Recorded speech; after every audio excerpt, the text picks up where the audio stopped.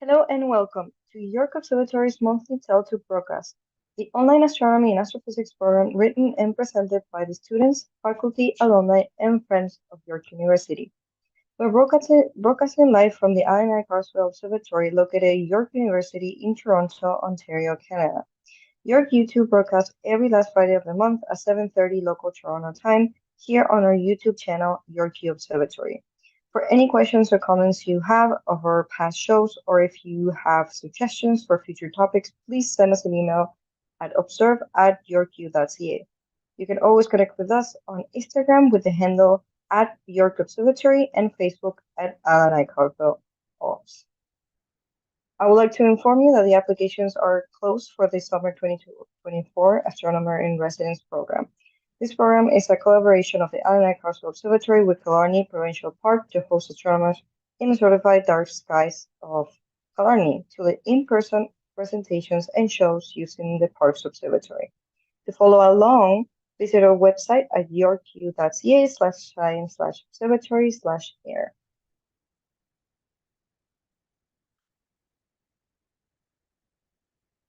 Good evening, everyone. I'm Camila, and I'm here with Zach, Hector, Boris, Dev, Nathan, and Paul. We're here from the Allan I Carswell Observatory at York University. Tonight, we're going to be talking about the new domes that we got in 2022. But first, I would like to mention that the observatory at York campus is in Toronto, and we would like to welcome you all to our show and to acknowledge the traditional land that our telescope is on. The observatory acknowledges its presence on the traditional territory of many Indigenous nations. The area known as Toronto has been caretaken by the Anishinaabe Nation, the Haudenosaunee Confederacy, the Huron-Wendat, and the Métis. It is now home to many Indigenous people. We acknowledge the current treaty holders, the Mississaugas of the Credit First Nation. Our stargazing and astronomical efforts join the long history and current practices of astronomy for this land. The observatory looks forward to continuing to learn and revitalizing our knowledge in this area.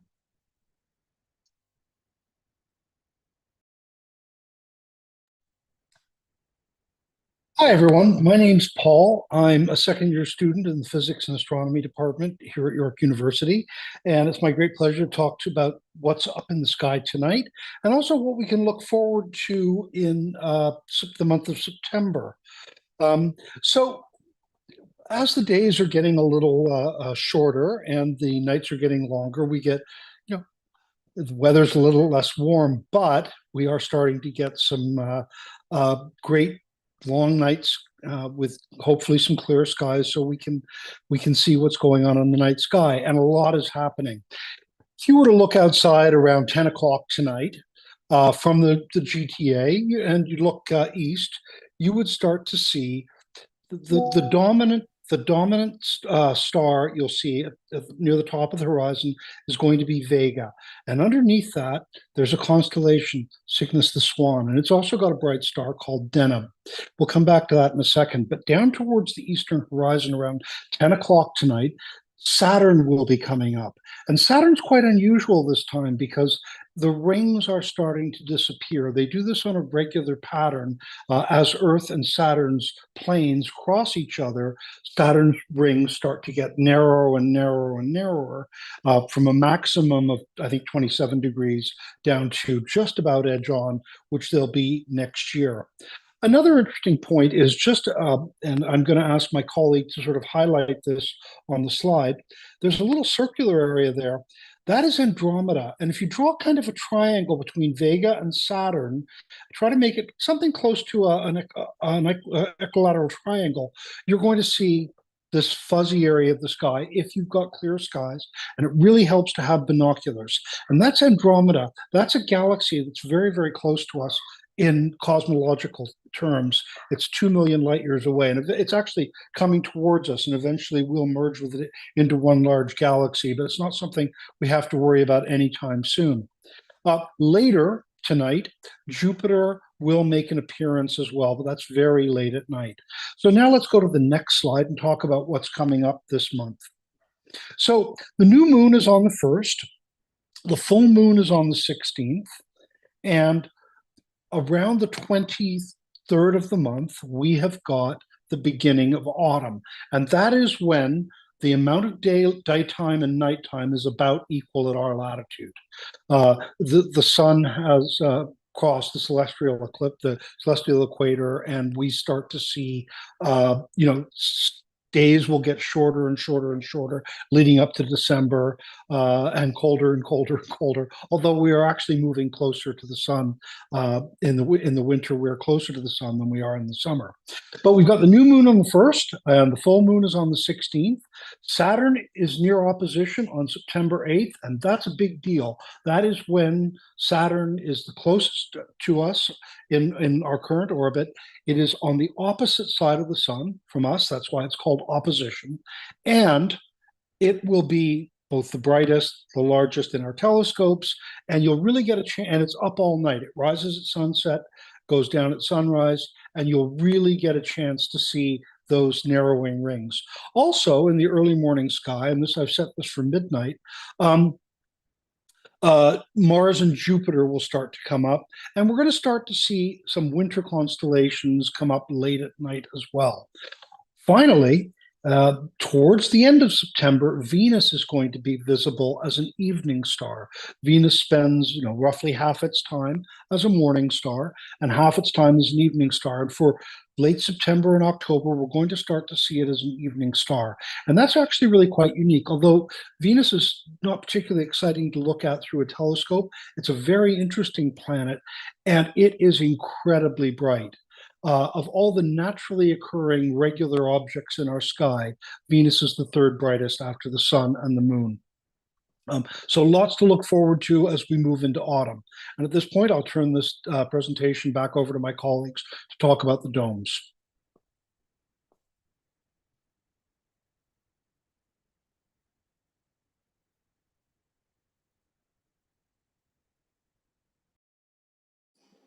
We'll just steal away over here for a second to go over to Vega. This is Dr. Hyde. I'm going to grab the screen for a moment, live from the 1 meter, just to show everybody a little bit of these bright objects that were mentioned by Paul. Let's see here. And live from the 1 meter at the moment, I'll just go ahead and show you what we're at. It is still a bit bright outside, so we're going to try one of those beautiful bright stars that Paul mentioned in his wonderful What's Up Tonight. And if we go to Vega right now, this is actually what it looks like on the 1 meter. It is a little bit out of balance here in the CCD, and it's very, very sparkly. So let me just go ahead here and adjust the exposure time and the target so we can bring it back into focus. And of course, Vega, being one of the brightest stars out there, usually looks pretty spectacular. So let me just see here. I've messed it up a little bit. Auto exposure. And then we're going to go ahead and zoom in. This is a highly diffracted Vega. And the fun thing about these really bright objects is that, of course, they're a little hard to capture because they're so bright, but they do tend to have really, really nice diffraction patterns that show up. So let's just grab this back and put the exposure time back where it ought to be, and grab our balance. So there it is again. As you can see, it's hopping around in the sky, lots and lots of photons coming through the atmosphere. And let me just move the white balance over to the side and pull down the white balance bucket. Here we go. And we'll do the exposure only on the target, I think. There we go. And zooming back in again, of course, Vega is a fan favorite for stargazers and folks with binoculars. It makes it very, very easy to navigate your way around the sky. This is a plane wave interface navigation column, and this is what Vega looks like pretty much right now. And I'll just go ahead and adjust the brightness back to where it ought to be, and push on saturation. This is, by the way, our eyepiece camera, Malin Cam, showing off a little bit tonight for all of you, just because it is, in fact, clear at the 1 meter telescope, and I thought everybody would want to see what's up in the sky tonight. So go ahead and have a look. If you do stay up late enough, you'll get some even better shows. And yeah, have fun, everybody. We're going to go back and talk about the wonderful domes, and on your way back, I will just show you all. This is what the domes are doing right now. This is a Parsley 1 meter pointing outside of its dome, and the dome is following it around the sky. Very, very fun stuff. All right, going back, sending it back over to our wonderful YouTube crew. So take it away for the next fun dome session, everybody.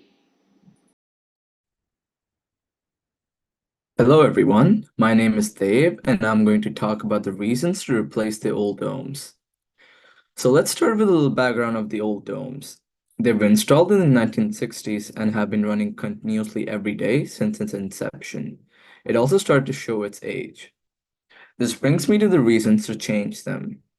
As we already know, these domes were extremely old as they were built in the 1960s. Old solar panels lacked power, and the 1 meter dome didn't automatically track the telescope at all. Newer technologies offered hydraulic operated shutters and automated controls, which greatly enhanced viewing capabilities and functionality. Unlike the previous domes, these new ones will have little outside maintenance requirements and will never need painting. They are also aluminum zinc alloy coated using a hot dip process. Due to various such reasons, we replaced the domes with the new ones in the summer of 2022.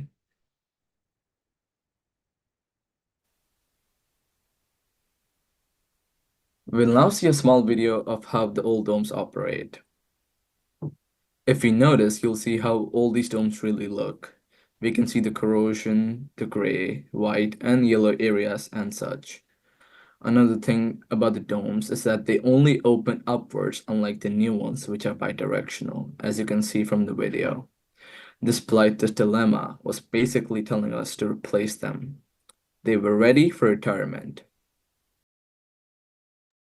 Hi, I'm Boris, and I'm going to discuss how we actually went about replacing the domes. So the new ash domes we first constructed them on the ground next to the observatory. And then the contractors from C-West and the York Facilities team used a crane to replace the old domes with the new ones in just the course of one day. You can see an image here where we have the newer domes, the older domes still up.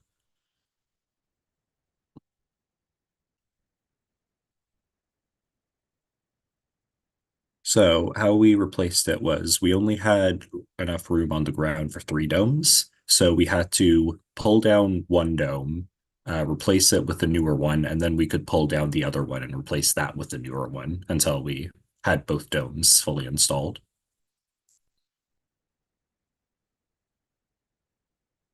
And then after we had the old domes on the ground, we scrapped them. Most of the parts were not usable, but actually, if you come to the observatory on one of our tours, you can see the power rack from the old 1 meter dome. That's part of our museum section, so come down and see that. And then lastly, we'll just look at a short video going over the new domes, their installation, and what they help us with.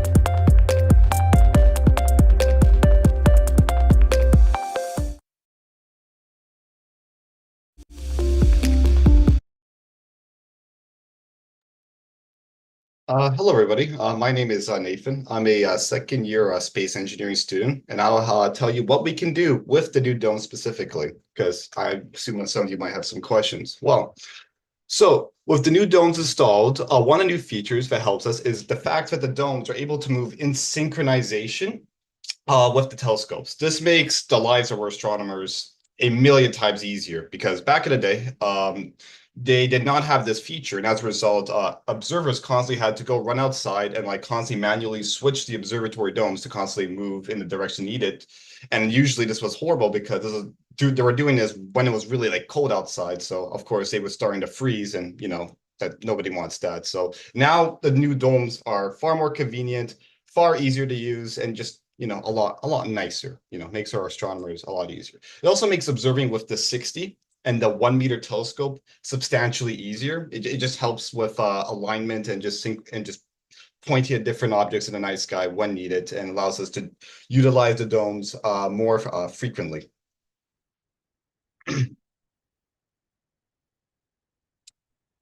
So basically, with a few other extremely useful features that the new domes contain, is the fact that it has low maintenance. The fact that it's a lot cheaper to maintain, just a lot easier to use because due to the fact of its improved automation technology.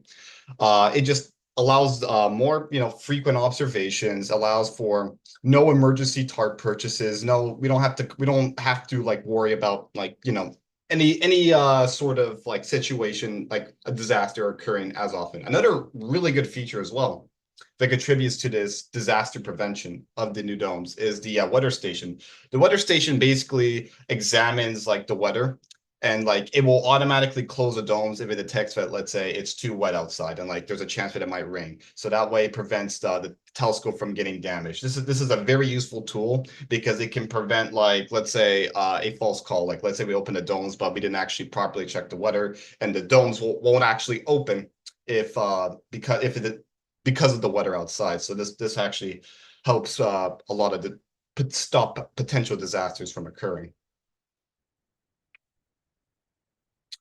And then, of course, there's the new power systems, there's quite a bit to it.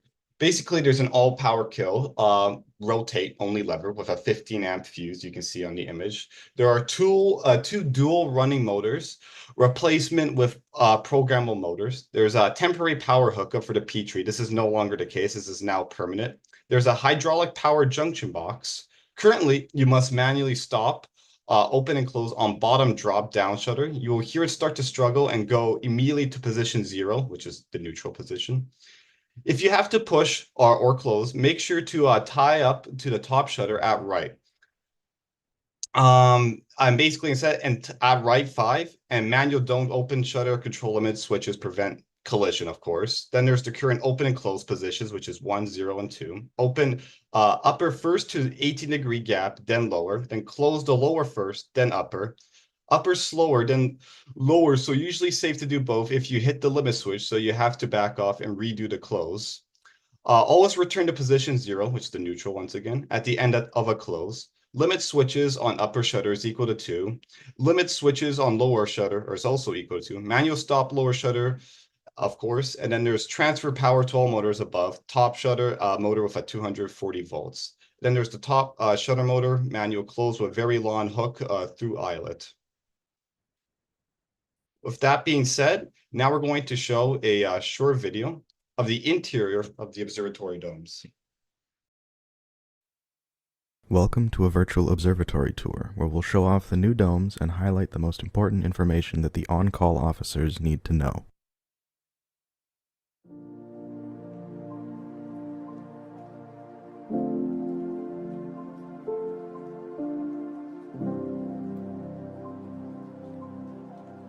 Firstly, with our 60-centimeter telescope, the dome controls are on the wall to the right of the doorway after you walk in. If you need to move the dome manually, you must flip the top switch from the REM or remote to loc or local. This allows the top 4 green buttons to function.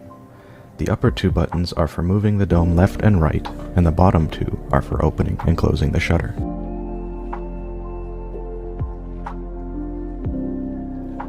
The box at the top of the dome is for manually cranking the motor to move the shutter should the motor fail. There are long, hooked rods that allow you to do this safely while still on the ground.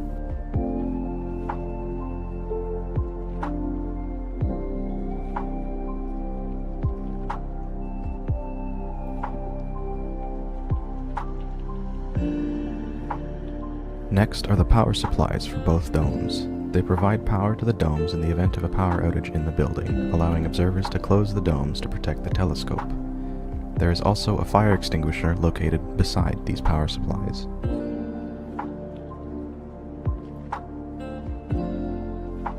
Up next is the warm room, which houses the network rack, weather station, and controls for both telescopes. Moving from the warm room to the 1-meter telescope, we head up onto the platform, under which there's a power distribution unit to power the telescope. The manual dome controls are identical to the 60-centimeter dome, but with the power switch beside it, not below. This dome also has a manual crank for the shutter and can be cranked by hand to close it if the motor fails.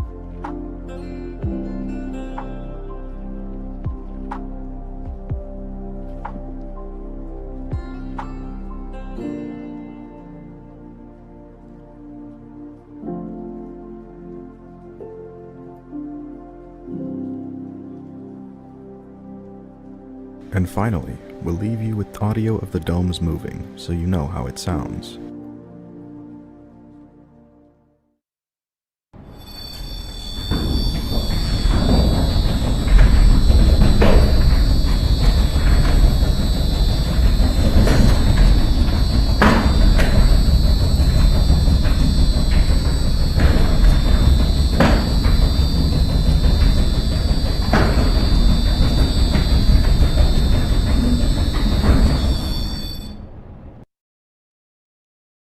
Hello, everyone.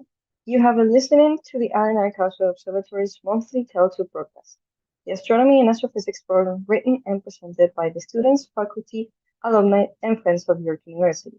The hosts this evening have been Zach, Hector, Boris, Deb, Nathan, Paul, Professor Hyde, and myself, Camila. Make sure to leave any comments or questions in the comments section of the video and talk to us in the chat right now. All of our programs are free, but if you would like to make a donation, see our website at yorku.ca/science/observatory. You can always connect with us on Instagram with the handle @YorkObservatory and check out our website for show notes, contents, updates, and contact info at yorku.ca/science/observatory. Thanks for tuning in, clear skies, and have a good night.